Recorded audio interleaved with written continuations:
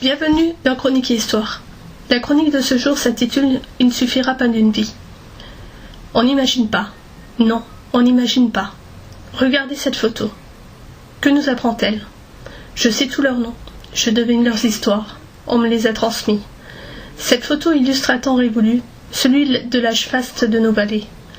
La vallée de l'Orne, ainsi que de sa sœur jumelle, celle de la Fensch, qui m'est chère car c'est de là que je viens. Cette photo à son dos, on peut lire Saint-Éloi. La Saint-Éloi est aussi sidérurgiste que la Sainte-Barbe est au mineur. Sainte-Barbe que l'on fête encore de façon traditionnelle à Algrange, ma ville natale, avec les pétards, les aubades et les knacks. À Homécourt, le président du Pagus nous a appris lors de nos entretiens que la statue de la Sainte a disparu. L'histoire est digne d'un thriller, mais je n'aurai pas assez de mots pour en parler de façon concise. Cette photo.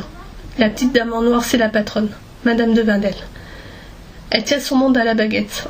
On apprend qu'il y a une Saint-Éloi des ouvriers et une Saint-Éloi des huiles.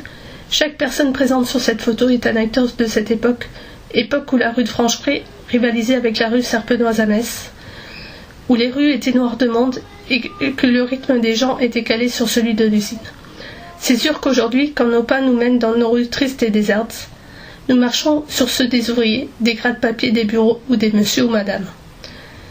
Était-on plus heureux à cette époque? D'ailleurs, comment les gens s'occupaient, vivaient, travaillaient? Comment étaient nos villes? Qui faisait-on?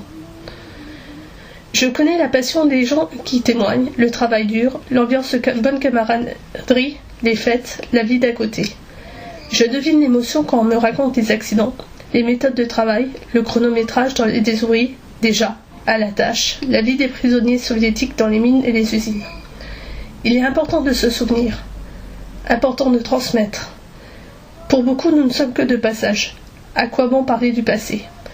Notre passé, passé qui part à la benne, à la décharge, vendu au rabais, aux ferrailleurs, passé nié, parfois par nos édiles, passé zappé pour nos enfants.